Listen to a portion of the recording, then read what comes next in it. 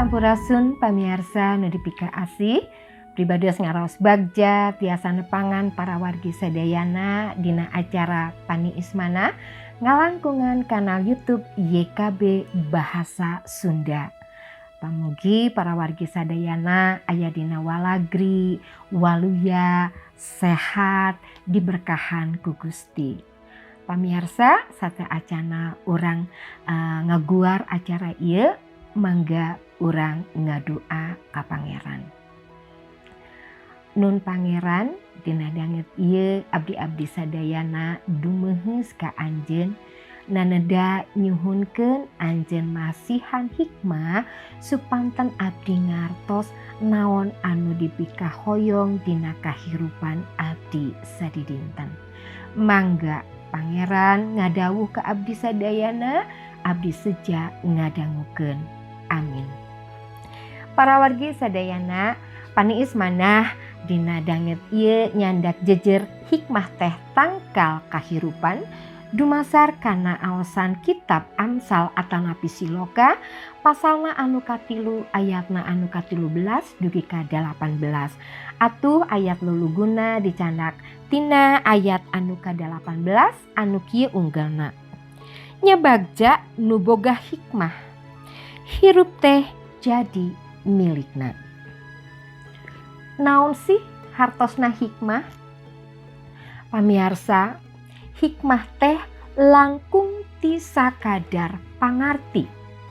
Hikmah teh kamampuhan dina ningali kaayaan dina perspektif anu langkung luas.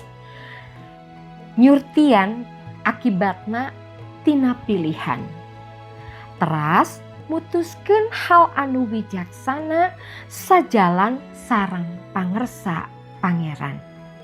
Janten hikmah teh sanes hasil tina perkara atanapi tina nguteuk atanapi ngemut atanapi pangalaman hirup urang. Nu utami hikmah teh nyaeta buah tina hubungan urang anu raket sareng Pangeran. Dina aosan Siloka danget ieu nyebatkeun yek hikmah teh ibarat tangkal kahirupan. Naon hartosna kanggo urang? Aya 3 perkawis. Anu kahiji, tangkal teh tumuwuh sareng mekar ngembang dina waktos ka waktos. Pon kitu hikmah urang kedah langkung milari sareng nempatkeun kahoyong Gusti dina kahirupan urang. Langkung bijaksana urang ngajalankeun hirup ieu. Anu kadua, tangkal teh ngakar kuat. Engkana bakal subur jeung tahan kagedag ku kaanginan. Hikmah anu ngakar kuat ka Gusti bakal ajeg pangkuh imanna dina mayunan kararepet atanapi masalah. Atuh anu katilu, hikmah teh sapertos tangkal di mana si tangkal eta tiasa ngiuhan sing saha anu aya di handapeunana. Kitu oge hikmah. Jalma anu ngagaduhan hikmah bakal jadi tempat bisa ngiuhan atanapi minang saraya sing saha anu peryogi pitulungna. Para wargi, urang kedah ngakar sareng tumuwuh di lebat Gusti. Urang kedah janten tempat panyalindungan oge janten sumber kakiatan kanggo sasama anu nuju aya dina masalah. Eta hartos hirup anu pinuh ku hikmah. Urang kedah aya hartina, aya maknana kanggo sasama. Eta teh cirining urang ngamulyakeun Pangeran.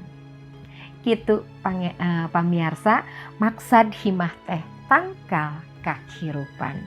Mangga urang ngadeuheus ka Pangeran.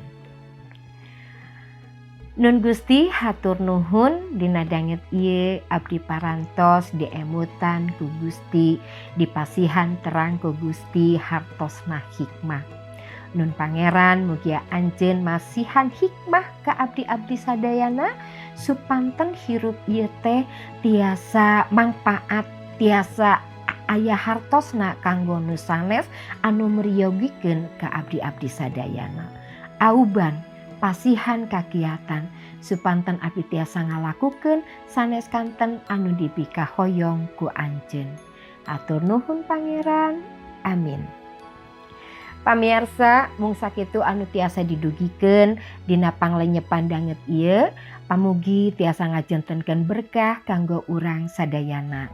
Ulah hilap like, komen, sareng subscribe supados urang tiasa ngabewarakeun Injil kasalamatan kanggo sesama.